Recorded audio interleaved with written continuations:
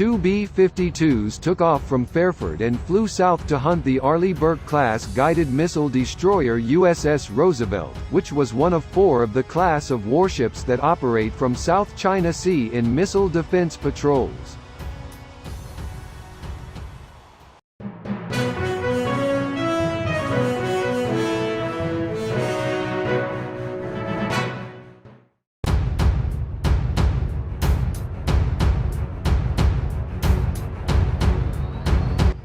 The capabilities of the United States Air Force's B-52 Stratofortress have expanded greatly since the aircraft first took flight in the 1950s. The Cold War-era heavy bombers have received regular updates, which could keep the venerable B-52 flying high for decades to come.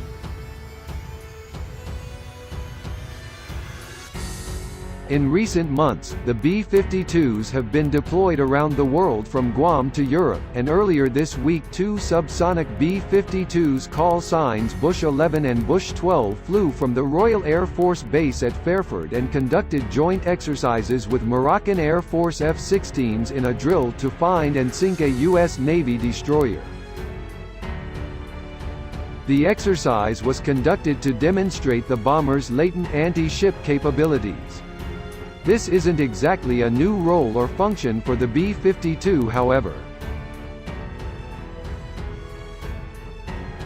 Since the 1970s, the Stratofortress has been utilized in ocean surveillance missions in the Atlantic and Pacific, and its aircrews have routinely trained with the U.S. Navy in these missions. Moreover, in the 1980s the B-52 bombers stationed in Maine and Guam were armed with AGM-84 Harpoon anti-ship missiles to counter Soviet naval forces. The bombers could descend to low altitude, approach from different directions and launch salvos of harpoons to saturate defenses from upwards of 100 miles away. The use of the B-52 in such situations was notable in that the bombers could carry a large complement of missiles, but could also be replenished in a few hours versus the days or weeks that most warships required. Most importantly, the bomber had the range to strike at the enemy's warships well before those vessels came within range of targeting U.S. Navy ships. Given that Russia and China are upping the game with more advanced anti-ship weapons, it is easy to see why the U.S. military would want to utilize the B-52 in anti-surface warfare capacity. In exercise, 2 B-52s took off from Fairford and flew south to hunt the Arleigh Burke-class guided missile destroyer USS Roosevelt, which was one of 4 of the class of warships that operate from South China Sea in missile defense patrols. It isn't entirely clear how the warship was targeted or how and even if it fought back, but according to reports it was score 1 for the B-52s. That mock sinking of a destroyer highlighted the B-52's capabilities in anti-surface warfare today. Conducting these missions alongside our African partners shows the strategic reach of our joint force and our collective commitment to preventing malign influence in Africa. B-52, an anti-ship role. It was obvious why the Pentagon wanted to give the B-52 an anti-ship role nearly 40 years ago. Range, speed, loiter time and over-the-horizon communications. An array of sensors onboard are the bomber's main attributes for maritime operations, the Air Force stated. B-52s can hold at risk a huge area. In 2 hours, 2 B-52s can monitor 140,000 square miles of ocean surface. While a lot of different U.S. military aircraft types can carry harpoons, few can carry 12 harpoons while also flying 8,000 miles from base, jamming enemy radars and receiving and sending data via several types of radio. A bomber would fly at high altitude while searching for a ship target, then drop to wave top height before launching its harpoons. The low altitude helps the crew to avoid the target vessel's own defenses. As a backup to the Harpoon, the B-52 also can drop laser-guided bombs to sink ships.